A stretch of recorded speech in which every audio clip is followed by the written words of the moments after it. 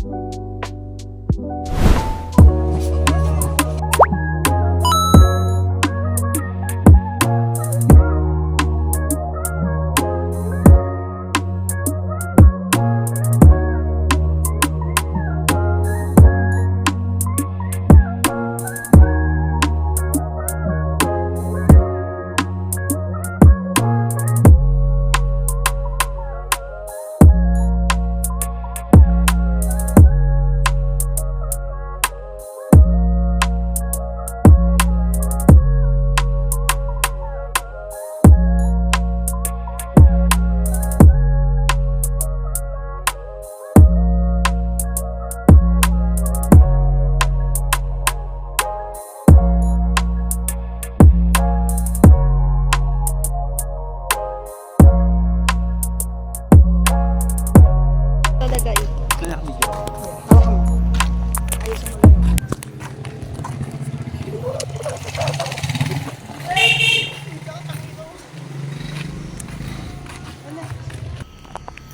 Guys, uwi kami dahil ang aking tiyan Jason. tawag po ako ng bowl. Sabi kailangan daw po ako dun sa trono. Yes. May mandirigma daw po kasing dadating. A few moments later. Saan tayo? Makeup ko. Yung 50 ko basa. Saan tayo dito sa may damak? Botek. Disaster. Ano ba guys? Tinawid namin ni Jason yung ilog na yan. Tapos malakas yung alon. Nasta kami sa gitna. Tapos may mga tao dun sa na naliligo. So para kaming mga tanga dun sa gitna talaga. Nagtitingin kami. Ginusto namin to eh. Nagtanga lang namin sa part na doon kami dumaan. Sa maagos. Ano, dito ulit tayo sa tubig? Ako na-trauma ako sa tubig. Maglamas ako ba? Kabog si Akla, nagre-retouch matapos muntik ng maanod sa ilog. Anong experience? Yoko na. Makamatay na ako dun. Baka yun yung huling araw ko. Diba?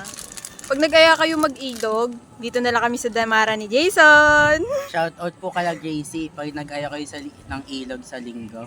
Hanggang Damara na lang tayo ha. Kaya ng ilog-ilog, kaya ng ligo-ligo. May pinagdaanan kami. Fresh to fresh. Yun na talaga. Hindi ko makalimutan. Pero masaya naman siya, in a way. Katakot nga lang. Nakakatakot lang siya. Nakakatakot lang siya kasi yung cellphone ko.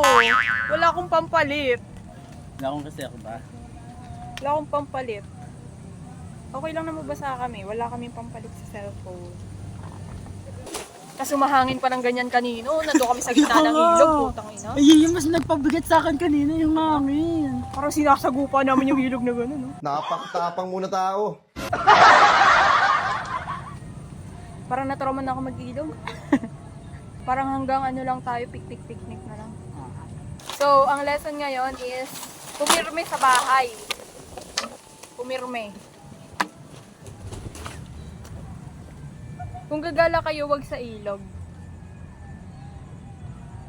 Siguro kung gagala kayo sa ilog, Huwag na tambay kayo, lang kayo, wag kayo maligo. huwag na kayong tatawid pa.